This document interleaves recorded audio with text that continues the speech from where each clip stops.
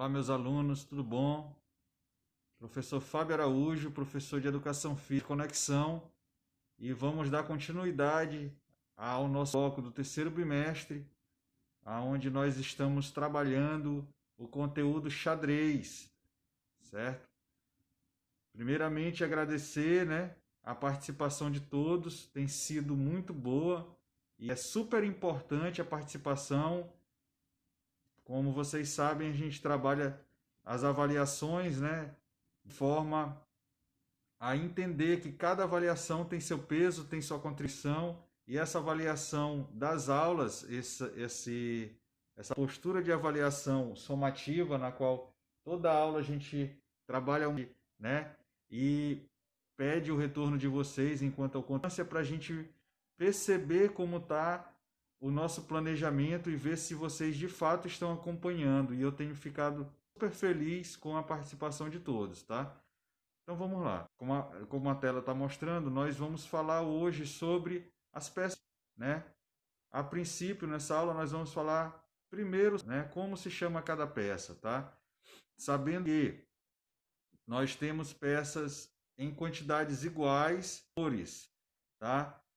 Essas cores, elas são que vão definir a divisão, tá? Do jogo. No caso, jogadores que jogam com as peças brancas e jogadores que jogam com as peças pretas. Nossa primeira peça, o peão, Nós temos o peão. Logo depois nós vamos falar sobre o cavalo, tá? E aí eu tenho um cavalo da cor preta e um cavalo branco, ok? Depois o bispo, tá? Lembrando que nós vamos a quantidade de cada peça, tudo bem? E também o posicionamento no tabuleiro. Torre, tá? Muito característica, uma peça que muito fácil de você identificar, assim como as demais, ó, vamos lá voltar. O peão é a menor peça, baixinha, não tem muito detalhe, super simples, só essa bola na parte superior, tá legal? E a gente vai aqui ao cavalo, bem emblemático, muito difícil da pessoa não identificar que é um cavalo aí, tá? E em relação às demais peças, não tem como haver uma confusão, ok? O bispo, Esse bispo, essa peça, ela faz alusão ao chapéu do bispo, Da Igreja Católica. Então, também é muito significativo e muito fácil da gente identificar o bispo. Difícil de comparar com outra peça. Então, são peças que têm essa simbologia, essa estética muito semelhante ao real, Como eu falo sempre para vocês, o jogo ele é uma representatividade do real. E aqui não poderia ser diferente. Temos o bispo aí bem parecido com a figura do bispo real, tá legal? Então vamos lá, a torre. Você já viu o filme de castelo, E que tem aquelas torres altas e praticamente todas seguem esse formato.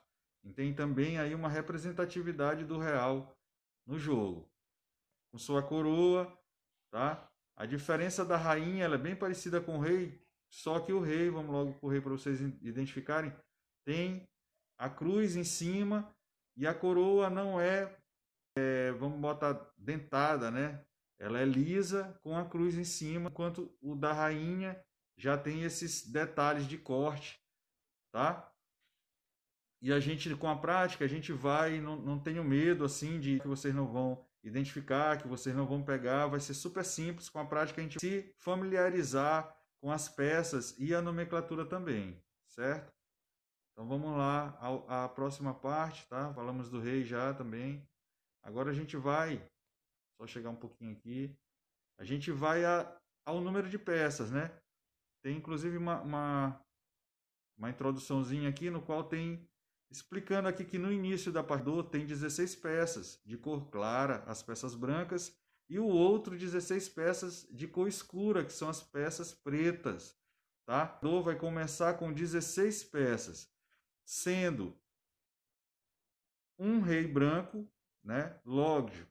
Obviamente, a gente vai ver aqui um rei preto também, tá? Então eu vou fazer como está aqui na gravura do lado esquerdo. Vou ler para vocês entenderem. Vamos passar para do lado, que dá mais uma reforçada, e aí a gente pula para a próxima etapa. Então, um rei branco, uma dama branca, dama ou rainha, certo? 2 torres brancas, 2 bispos brancos, 2 cavalos brancos, 8 peões brancos. Logo a gente vai as mesmas peças, né, com a mesma quantidade da outra cor. Porém, só muda, a única diferença é na cor, né, para poder diferenciar. Então a gente vai ter a mesma quantidade. Um rei preto, uma rainha ou dama preta, 2 torres pretas, 2 bispos pretos, 2 cavalos pretos e 8 peões pretos. Aqui na ilustração do lado direito, a gente tem aqui bem mais claro, ó, um rei, né? Vem falando aqui a quantidade, o desenho.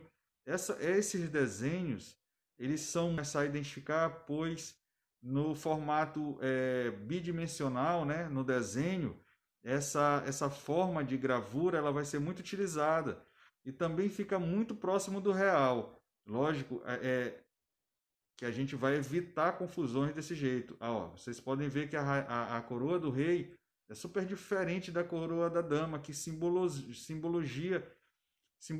aliás, a própria peça, tá bom? Então nós temos as torres também, ó, 2 bispos, 2 cavalos e 8 peões. Da mesma forma as pretas, né?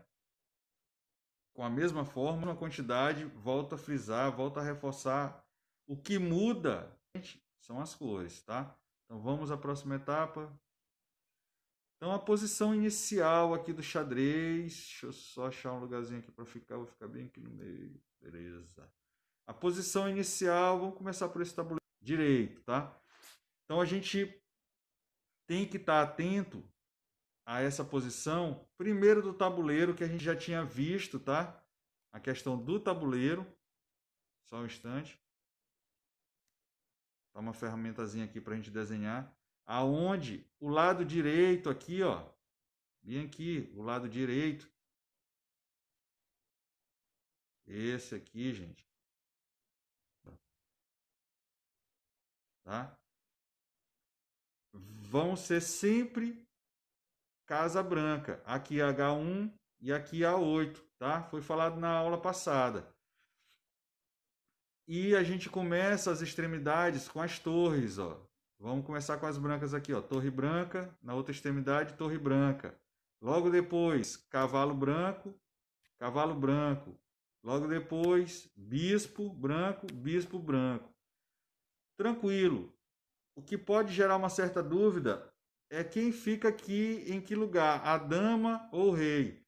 Então a gente viu também na aula passada que o é sempre na casa preta, tá? Assim como o rei preto aqui em cima, tá? Vai ser sempre na casa branca, beleza? Os peões logo na linha aqui acima dos outros, tudo bem? Ó, peões pretos aqui em cima. E aqui em cima, com as peças pretas, é repetir a mesma coisa. Ó. Torre nas extremidades, logo depois cavalos, tá?